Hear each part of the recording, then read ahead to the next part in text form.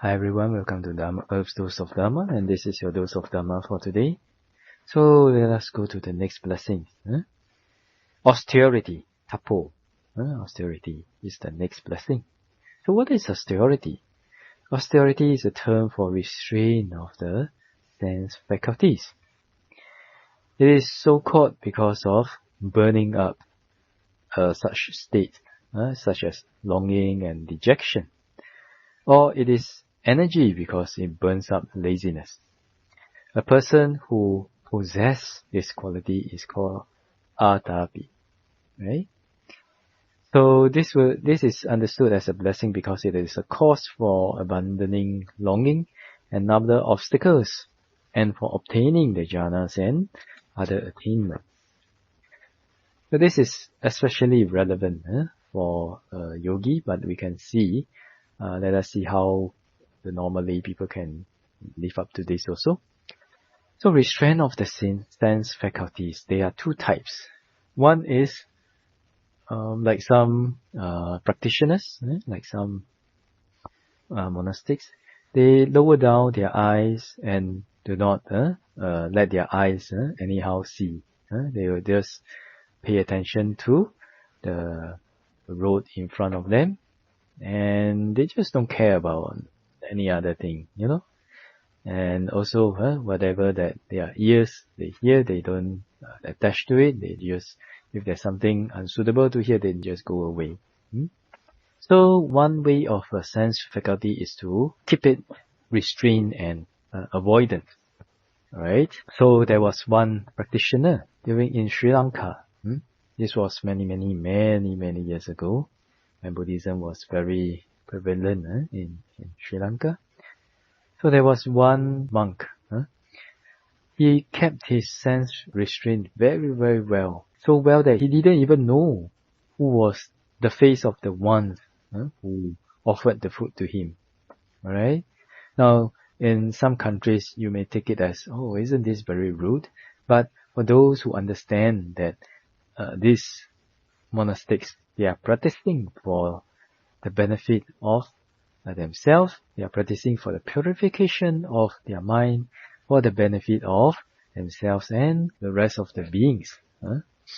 So with this understanding, so that's why that time they were able to accept this kind of practice, and people also rejoice in this kind of practice, right?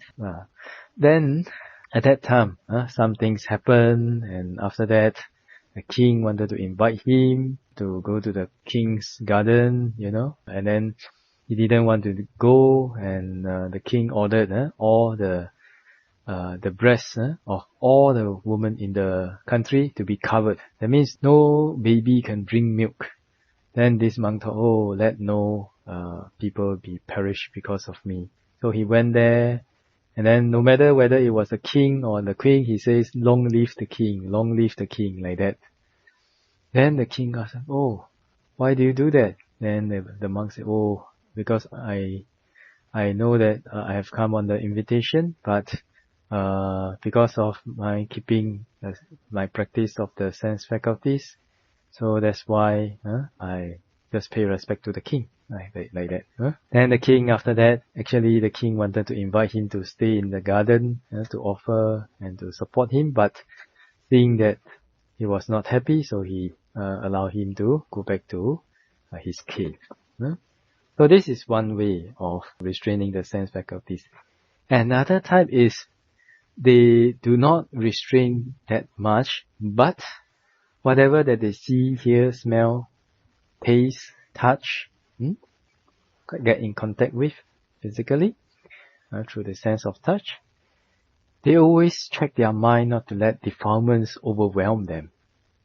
Alright? So they do this by constant and ardent practice of mindfulness and wise attention. So this is the second type. For a yogi who is practicing samatha vipassana meditation diligently, also they should always practice either form of sense restraint. Then they will be atapi, ardent people. Now for the lay people, how can the lay people live up to this? Well, it is not possible for a lay person to be 100%, to be able to always keep the Dharma in mind, because they need to work, they need to interact with people, etc.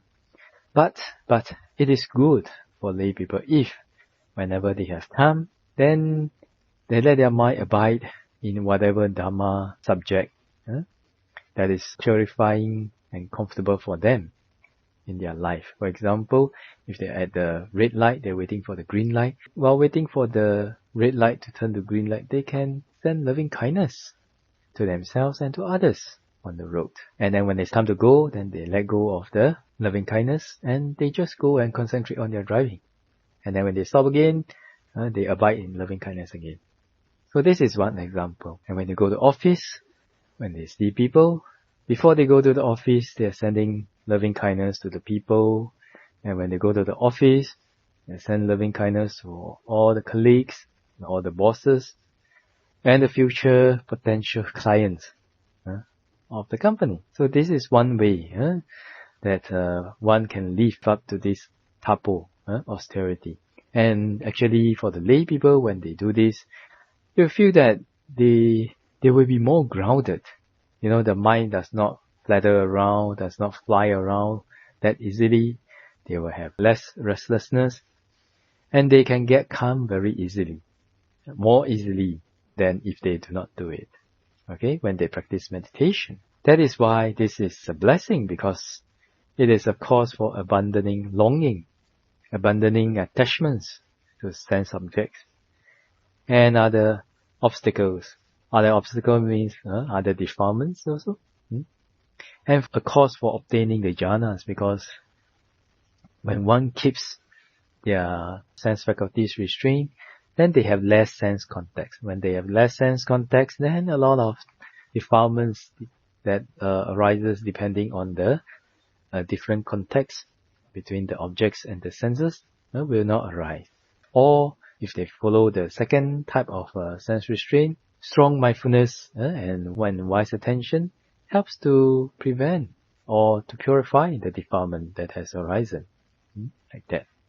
So these are two types of sense restraint, and to be able to do it whenever possible, to always let the mind abide in Dharma whenever possible. This is a form of tapo. Okay, so hopefully everyone will be atapi after this sharing. So with this, I wish all of you to be well, peaceful and happy, and may the Triple Gem bless all of us to be able to attain path, fruition and nibbana as soon as possible. Sadhu, sadhu, sadhu.